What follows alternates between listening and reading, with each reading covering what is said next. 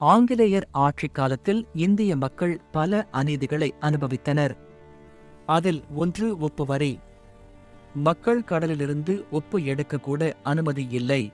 இந்த அநியாய சட்டத்திற்கு எதிராக மகாத்மா காந்தி போராட முடிவு செய்தார். 1930ஆம் ஆண்டு சபர்மதி ஆசிரமத்திலிருந்து தண்டி என்ற கடற்கரை கிராமம் வரை நடந்து சென்றார். இந்த நடைப்பயணம் தண்டி நடைப்பயணம் என்று அழைக்கப்படுகிறது.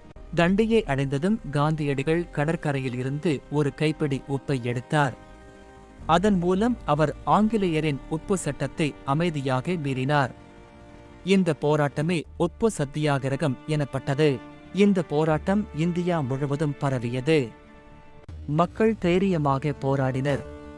உப்பு சத்தியாகிரகம் உண்மை மற்றும் அகிம்சையின் சக்தியை உலகிற்கு காட்டியது. இந்திய சுதந்திர போராட்டத்தில் இது ஒரு முக்கியமான நிகழ்வாக அமைந்தது.